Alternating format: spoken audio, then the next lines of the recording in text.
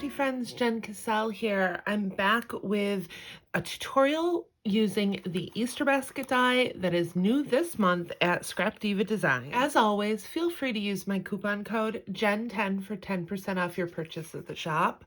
And here is the website as well as all of her info on the back. Make sure to use that hashtag Scrapdiva Designs for some amazing inspiration.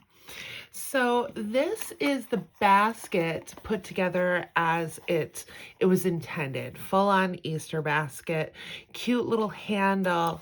I have this cute rainbow and some flowers. All of these are from Scrapdiva. You'll also see one of the bunny bow ears, and this has been like my favorite bow that I've been using quite a bit now. This is from the Heart Mini album die. Absolutely love it. Just a fun little die. I love, love, love it. And it's pretty generously sized. This measures 5 by 6 and it's about 2.5 inches tall, so you can fit a lot of stuff in here. But I also did another spin on it. So I made this little desk organizer. It's a cute little hexagon desk organizer, and I'm going to show you how I did this in the tutorial. You're going to have to essentially put this together in order to create this, so you've got 2 tutorials in one. Obviously, at the end, since I am doing desk organizer, all you could do is add your handle at the end, but I'm gonna show you how I came up with this. It is on a rotating plate. I'll share with you where I got the Lazy Susan essentially for the bottom of this a little later on, but I'm super excited how it turned out. If you follow me on Insta, you might have seen me use this bow bag topper to make this bunny bow, and then I did a bunch of ephemera, some trim, just super fun, very springy, and this is perfect for my craft room desk. These are pretty generously sized. Like I said, this is about 2.5 inches tall, so these are some pretty deep pockets you got here. And then of course, here is the die set that we're going to be using, minus one of the hexagons. I have that kind of sitting over in my die cutting area. But we'll get into this die set and how I put together my baskets. Just follow along. All right, so let's go over the die and the different components that you're going to need. So the die comes like this. You're going to have your base layer, which is the larger of the hexagons, and then you have a smaller overlay layer. I have cut the base out of this. It's 2x2 pink cardstock. It's basil. You can find it at 12 by 12 cardstock shop. Overlay portion I have cut twice as well, and I've done it in this rainbow paper and then this leaf paper. This is the Echo Park Hello Spring collection. So you're also going to need your side pieces. So you get 2 of them with your die, and you're going to need 6 total. And once again, I've cut that out of 2x2 pink, and then you're also going to need your overlay. I've done that in this rainbow as well as the blue, and you have 6 of each. I have already put the outside pieces on my sides. If you're going to make the basket portion, you may want to have a handle, and you've got 2 pieces to that as well. So here's your handle, and then you've got 2 overlay pieces, and you could do that for the top and the bottom of the handle.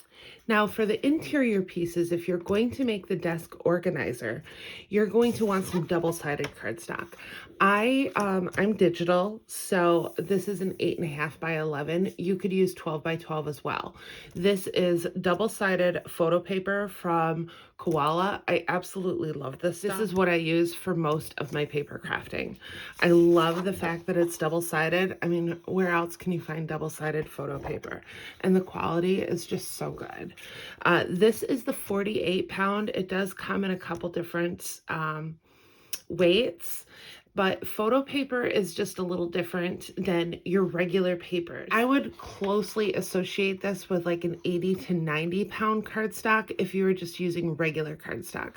Once again, photo cardstock or photo paper, it's just a little thicker and it feels a little differently.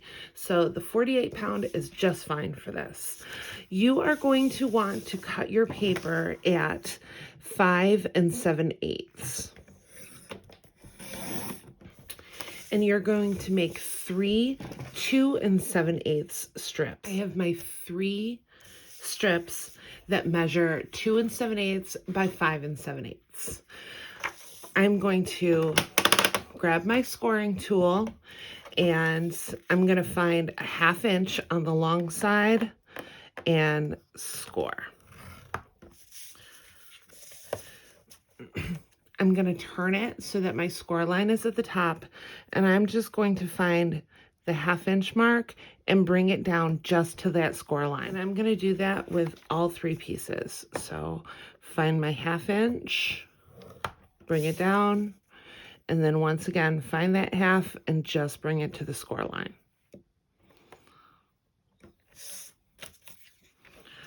One more time, 1/2 inch, bring it to your score line. Okay, on the long side of the paper, I'm going to fold in half. I'm going to grab my scoring tool just so I have a nice edge. Now you can do this with scissors. You can bring your trimmer back out. It's totally up to you. But find where your 1/2 inch mark is, line up the corners of your paper, and bring your cut down to that. I'm actually going to make a little more exaggerated of a tab. So I'm going to go over like this. And I'm going to do the exact same thing on this side. I'm just going to cut to the 1/2 inch mark. Okay. When you're done, you should have a piece of paper that looks like this. You can go ahead and fold on that score line. And once again, I'm going to grab my bone folder out. Really make sure that's a nice edge. One more time. We're going to fold it over in half.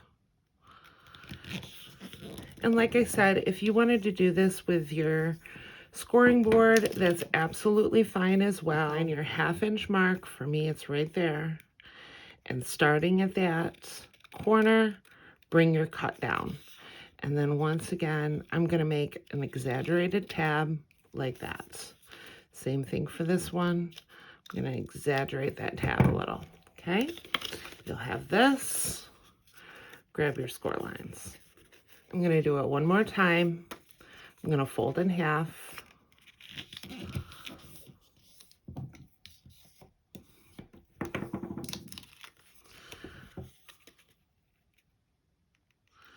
Find my 1/2 inch mark. Make your tab. Now you can grab one of your base layers, and once again, you can use your paper trimmer. If you're not comfortable doing a straight cut like this, go ahead and grab your paper trimmer out. But I like to use a nice long handled pair of scissors or long bladed scissors and just cut up the middle. We're going to find our halfway mark by folding that in half. I'm going to be covering this up, so I don't mind that it has a score. If that bothers you, grab your paper trimmer out and do the exact measurements. Okay, when you're done, you should have 3 of the exact same triangles. We're not going to be using this. I wanted to add a little bit of visual interest to it, so this I'm going to use on my box itself. This I wanted to cut up to cover these. Now, if you wanted to, you could use the exact same paper, but I wanted to just kind of play with this a little bit. So I'm going to do the exact same thing that I did. I'm cutting up the middle. I'm folding and cutting up. I've got 2 And for this one, once again, you're not going to use this. So if you don't want to use the folded portion, that's okay. We're going to fold it in half and cut up the center. Okay. So I'm going to use that one, and the rest of yours you can just toss aside or use for a different project. I'm going to add a little bit of glue to my tabs here. You could use liquid glue, you could use hot glue for this, you could use double-sided tape. It's totally up to you. With my tab, or with the edge pointing down, you're just going to line it up. And I'm going to do the exact same thing. I'm going to bring it over just like that. You could use your bone folder to really get in there. Now I'm going to add my cover, and I'm going to use liquid glue for this.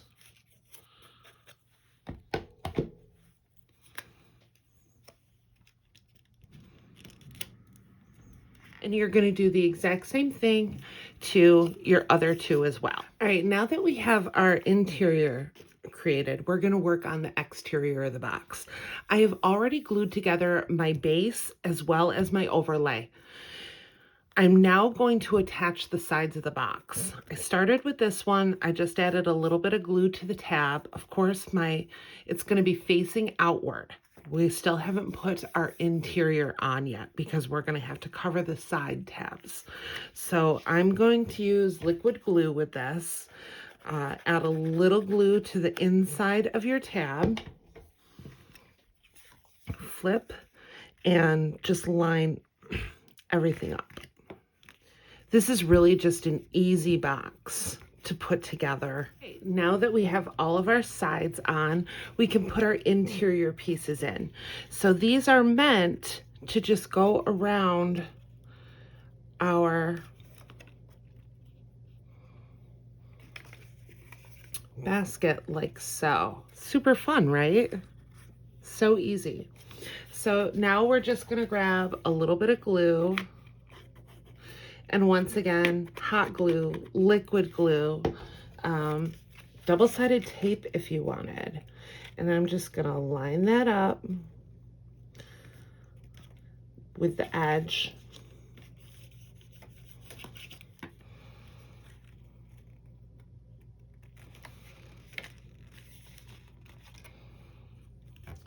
And my last one.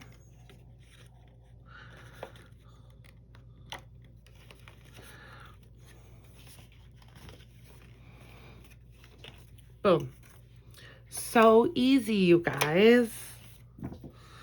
Okay, now we've just got to bring our tabs upward. So I am going to add a little bit of glue right on this side and then bring it up to attach.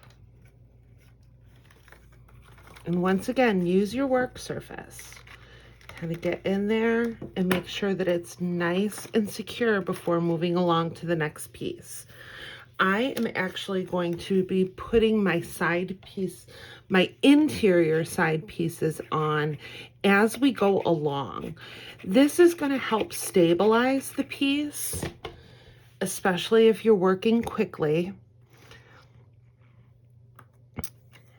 And this will just cover up that tab so you can slide that right in.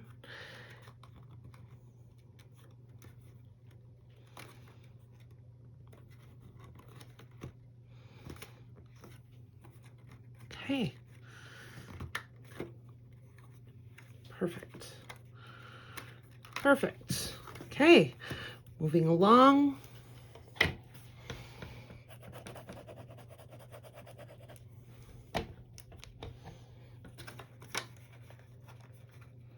Okay, so we have our base together. As you can see, there's a little triangle in the center there. We want that. Don't worry, we're going to cover it up. I know it looks a little wonky now, but we need this. So I'm just going to grab a regular household toothpick, and I'm going to add a little bit of hot glue. Let me refill my hot glue here.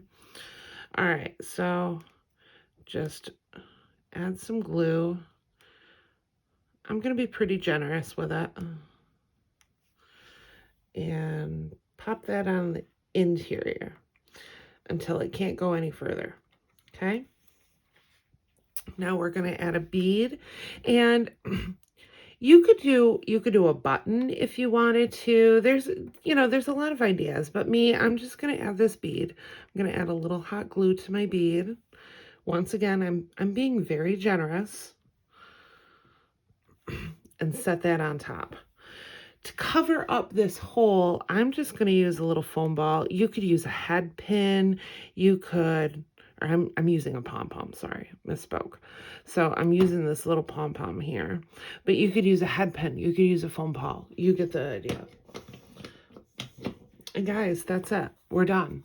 We're like the simplest, easiest thing. Lots of great crafty storage. This is going to fit a lot of stuff here. Love it. I mean, and it took no time at all. What a fun die. So if you want to, you can cover up the bottom. So if you're doing the organizer, you may want to have a third base available. I'm going to do that right now just because I am putting on a platform, a turntable, so that mine will spin, because I'm going to use this. I'm going to use this on my desk. And who doesn't like some handy spinning storage on their desk? I'm going to flip that over, really hit that bottom a little here so I know that it's secure.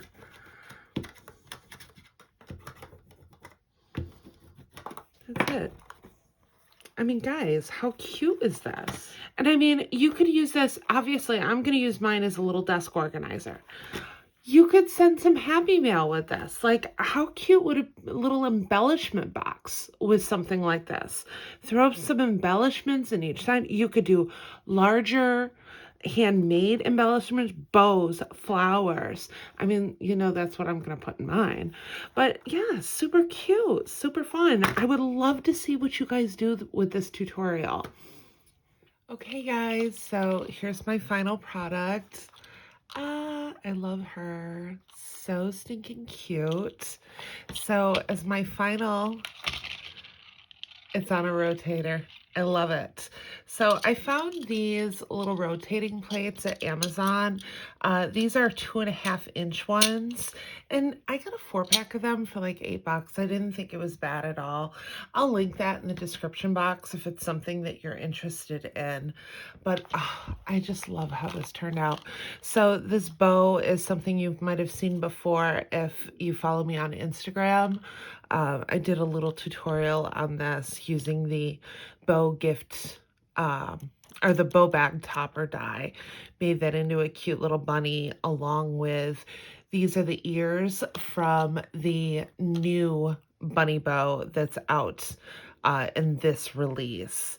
And then I just went through with some ephemera that I had at my stash that matched the collection. It's not all from this collection. So this little guy here is from, it's an Echo Park baby collection. And then these eggs are from Creative Fabrica. The flowers are Creative Fabrica as well. I can leave those SVGs in the description box. I did a couple cabochons that I had in my stash. Cute little butterfly here. We've got another Easter egg. I surrounded it with the yellow pom-pom trim. I got that at Hobby Lobby a while back. There's some greenery from Joann's, I believe. This is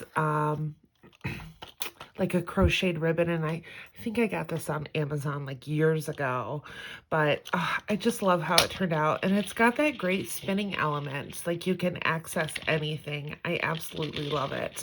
It rotates both ways. Super cool. So let's take one last look at the Easter basket. If you just put it together the way that it's supposed to be, I love it. I absolutely love it. Originally, these were on brads, but when I glued the bunny ears on, the basket no longer has that movement at the top, but that's okay because the bunny bows are worth it.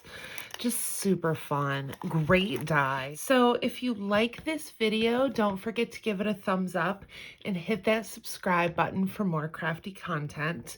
If I've inspired you in any way, please feel free to use my coupon code JEN10 for 10% off your purchase at the shop. Thank you so much for watching. I truly appreciate all the love and support. Let me know in the comments what you think or if you have any questions, and I'll see you in the next crafty video. Bye.